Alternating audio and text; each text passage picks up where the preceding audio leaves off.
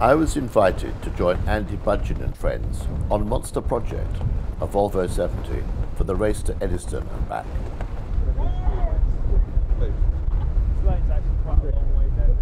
So of course coming down through the Salient and then being shot out by the tide out through the Needles Channel, and then we're making our way west, firstly past St Albans Ledge, and we're hoping to make the tidal gate here at Portland Bill.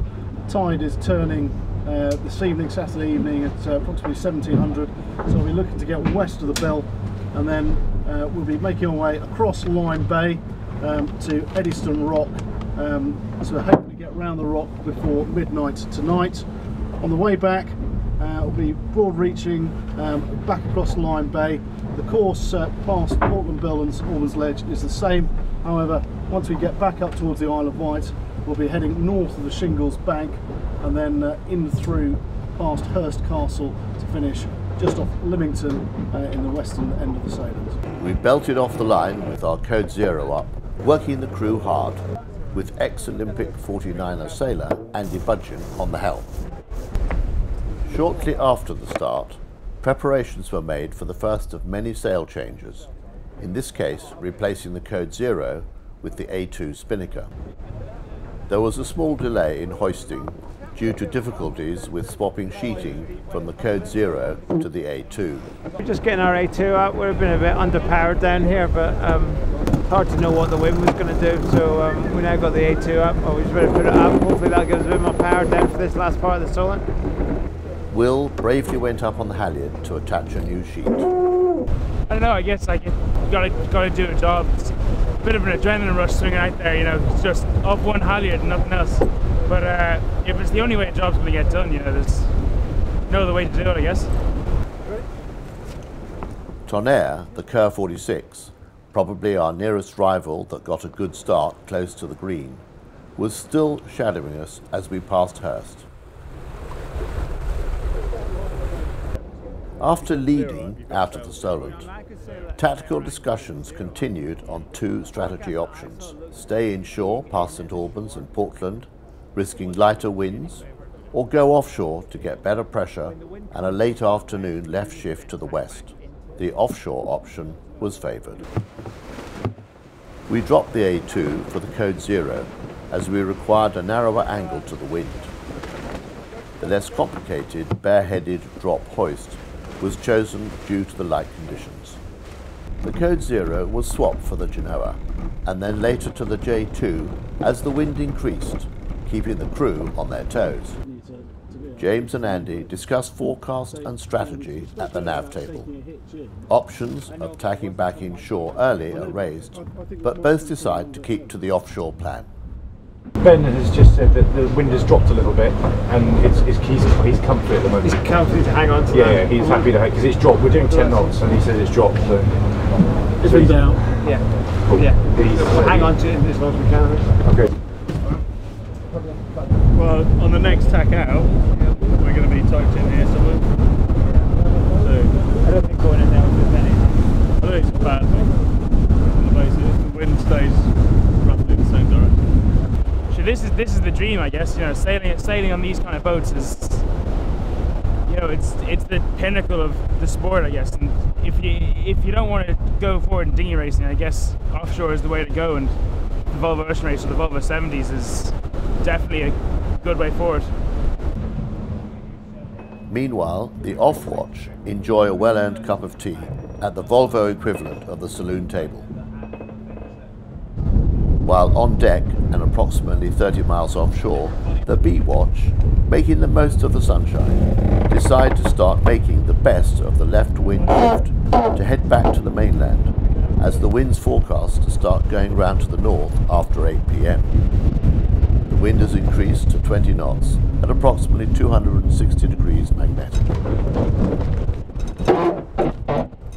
The guys make the best of some small wind shifts at the western end of Lyme Bay.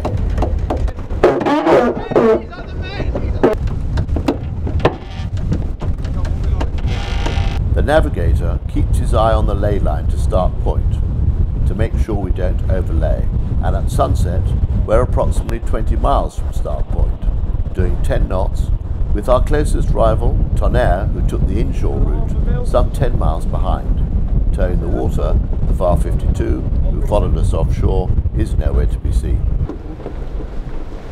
Having made the best of the right-hand shift at start point, we rounded Eddystone, and the A2 was hoisted for our easterly heading home.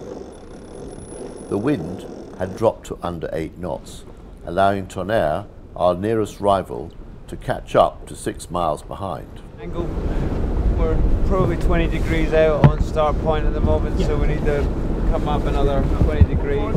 This is about as hard as we can carry this A-sail. Although we're 20 degrees low, we decide to stay with the A2 and get the code 0 ready to hoist. So we had a VMG run stroke reach from the Eddystone lighthouse down to start point, which went quite well. There was a big shutdown right at start point, but we knew the wind was going to come in from the north eventually, so we held our nerve, as it were, and came through reasonably unscathed after an hour or two of flopping around. And now we've picked up the northerly wind and we're cruising across Lyme Bay reasonably well at 10 knots. Just packing up our A2 just so it's ready to go again. It's quite warm, it's quite a lot of pike, but we'll get there shortly and then we'll be ready to go. And both the dagger boards were raised to lessen downwind drag. We're just passing Portland Bill. Wind's gone very fickle, and we're just trying to make the best use of the east-going tide now prior to the tide turning in about 2.5 hours. The breeze has meant that we've had to get the code 0 out rather than the A2, and we're really just trying to make as much use as we can of what breeze we've got for the next 2 or 3 hours. We're going to roll up then. The crew do a good job of changing the code 0 to the A2 as the wind shifts towards the west, and we require the extra 200 square metres of sail area. Back, you've got full right, so you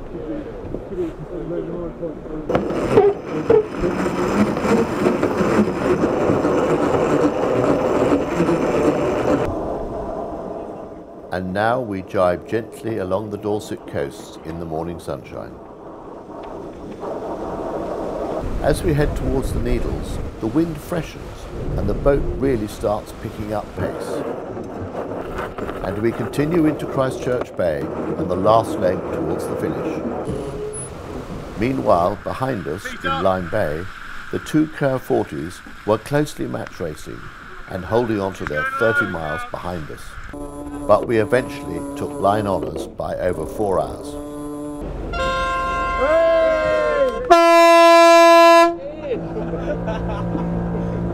Well done, everyone! All in all, the crew had a great race and a very enjoyable time, and a commendable result. What have you done there?